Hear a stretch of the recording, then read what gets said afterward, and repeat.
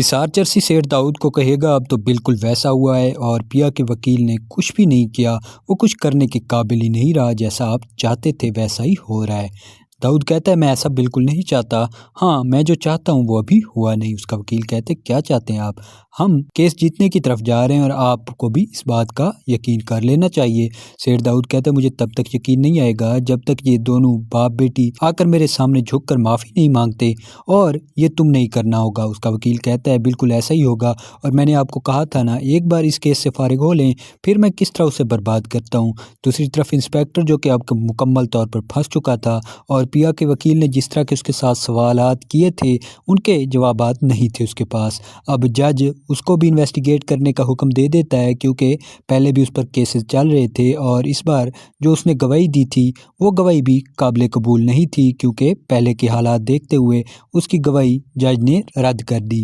آنے والی ایپیسوڈ میں مزید ہم دیکھیں گے کہ اسلم صاحب جیسے ہی گھر پہنچتے ہیں، عدالت سے واپس لوٹتے ہیں، تو وہ پیا کو کہتے ہیں پیا بیٹے مجھے لگتا ہے کہ ہمیں یہ کیس واپس لے لینا چاہیے۔ پیا کہتی ہے بابا اب ایسا کچھ نہیں ہوگا۔ اتنے میں علیار کی کال آ جاتی ہے پیا کو، وہ کہتا ہے پیا مجھے تم سے ملنا ہے، مجھے بات کرنی ہے تم سے۔ پیا کہتی ہے نہیں مجھے تم سے کوئی بات نہیں کرنی، اب رہ کیا گیا ہے بات کرنے کے لیے، تم جانتے ہو نا تمہارے باپ نے کیا کیا ہے اور کس طرح مجھے عدالت میں ذلیل کیا ہے۔ پیا جب یہ بات کرتی ہے تو علیار کہتا ہے نہیں کیا کیا ہے بابا نے، کیا کچھ بات ہوئی ہے تمہاری اور ان کی؟ پیا کہتی ہے میں جانتی ہوں تم وہاں عدالت میں موجود تھے اور میں نے تمہیں خود دیکھا ہے، ہاں شاید تمہارے باپ کو نہیں پتا تھا اور شاید تم اسی سے چھپ کر وہاں گئے تھے۔ علیار کہتے تم نے مجھے دیکھ لیا تو ٹھیک ہے اچھا ہوا، میں بھی تمہیں بتانا چاہتا تھا، میں آج تک خاموش نہیں بیٹھا ہوں، میں ہر وقت تمہاری مدد کرنے کی کوشش کرتا رہا ہوں اور میں نے کچھ ثبوت بھی ڈھونڈے ہیں جن کی وجہ سے ہو سکتا ہے تمہاری مدد ہو سکے، اور وہ ثبوت میں تمہیں دینا چاہتا ہوں۔ پیا کہتی ہے مجھے تمہارے کسی ثبوت کی کوئی ضرورت نہیں، تم بھی شاید یہی چاہتے ہو نا کہ میں تمہارے بابا کے خلاف کیس واپس لے لوں تاکہ تم اپنے بابا کے سامنے شرمندہ نہیں ہو، کیونکہ تم نے یہی کہا تھا نا اپنے بابا کو کہ تم نے مجھے پسند کیا، اور تمہارے بابا نے تمہیں جواب دیا تھا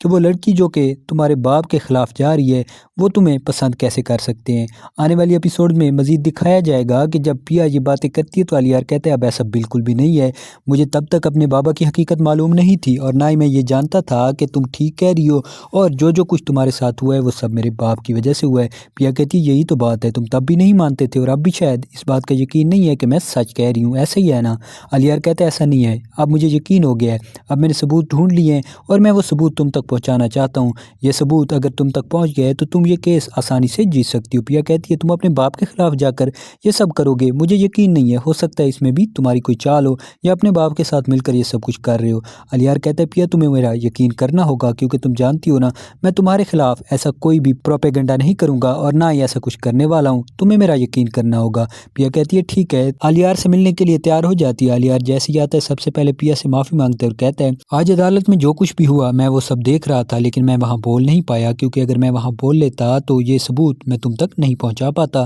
تم اس سب کے لیے مجھے معاف کر دو، لیکن یہ ثبوت کافی ہیں تمہاری بے گناہی اور تمہارے بابا کی بے گناہی ثابت کرنے کے لیے، بہت جلد تم دونوں بے گناہ ثابت ہو جاؤ گے، اور ہاں مجھے ایک بات کا یقین ہے کہ میرے بابا کو سزا ضرور ملے گی اگر انہوں نے گناہ کیا ہے۔